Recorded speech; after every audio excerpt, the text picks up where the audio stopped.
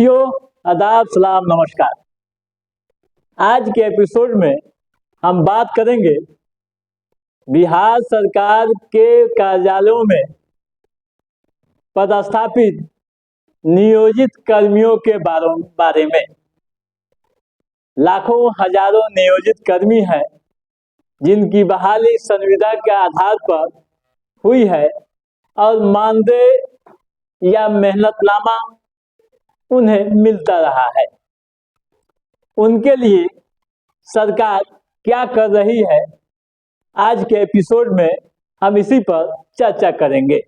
तो आइए देखते हैं कि इन संविदा के आधार पर काम करने वाले नियोजित कर्मियों के लिए सरकार क्या कर रही है।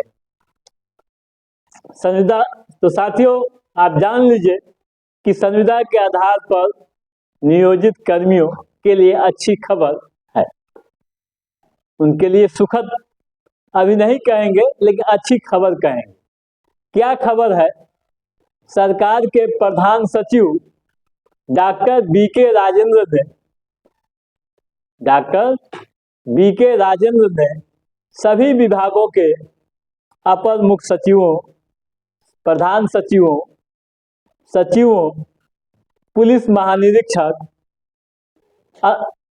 आयुक्तों व जिला पदाधिकारियों को एक पत्र लिखा है। पत्र में उन्होंने इन संविदा कर्मियों के मानदेय निर्धारण की बात कही है। कैसे, आप थोड़ा विस्तार से हम देखते हैं पत्र में क्या है। ठीक है, कैसे उन लोगों के मानदेय निर्धारण होगा। तो सरकार के जो प्रधान सचिव बीके राजेंद्र का जो पत्र आया है, उसमें ये लिखा गया है, बताया गया है कि संविदा पर नियोजित कर्मियों की सेवा से संबंधित बिंदुओं पर उच्च स्तरीय समिति द्वारा की गई अनुशंसा के आलोक में सामान्य प्रशासन विभाग के संकल्प ज्ञापन 12-53-4 डेटेड 17/2/18 के निर्णय के आलोक में, ठीक है, संकल्प संख्या 1003/22/21 की प्रक्रिया एवं मार्गदर्शक सिद्धांत के निरूपित करते हुए इस काम को किया जाना है। यानी मानदेय निर्धारण के लिए विकास आयुक्त की अध्यक्षता में एक कमेटी बनाई गई है, जिसमें सभी विभागों के अपर सचिव उसके सदस्य हैं। ठीक है, अब कैसे होगा मानदेय के निर्धारण के लिए, कैसे होगी चर्चा, इस पर भी जान। तो जो पत्र आया है, जो लेटर मिला है, उसके अनुसार 2 बिंदुओं पर चर्चा होगी। कुल 2 बिंदुओं पर चर्चा होगी। पहला बाजार दर, पहला बिंदु होगा बाजार दर, और दूसरी बिंदु सरकार में उपलब्ध सामान या उसके समकक्ष पद के प्रारंभिक स्तर पर का वेतन। ठीक है, प्रारंभिक स्तर का वेतन, महंगाई भत्ता एवं अन्य अनुमान्य भत्तों को मिलाकर समेकित रूप से प्राप्त योगफल के आधार पर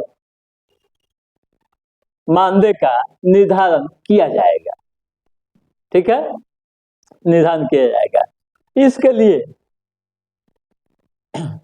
विभागीय अधिकारियों से जिलाधिकारियों व प्रमंडल के आयुक्तों को आगे की कार्रवाई करने व प्रस्ताव भेजने को कहा है। बताया है कि जैसे ही प्रस्ताव आएगा, उसके बाद आगे की प्रक्रियाएं प्रारंभ कर दी जाएगी। यानी उस प्रस्तावों को जो यहाँ से जिले से, जो कार्यालयों के प्रधान के माध्यम से बढ़ते डीएम के स्तर से, कमिश्नर के स्तर से आगे बढ़ते जाएगा और वहाँ समिति के समक्ष उसे रखा जाएगा। ठीक है, समिति के समक्ष रखा जाएगा। जब समिति के समक्ष रख दिया जाएगा तो उसके बाद बैठक होगी।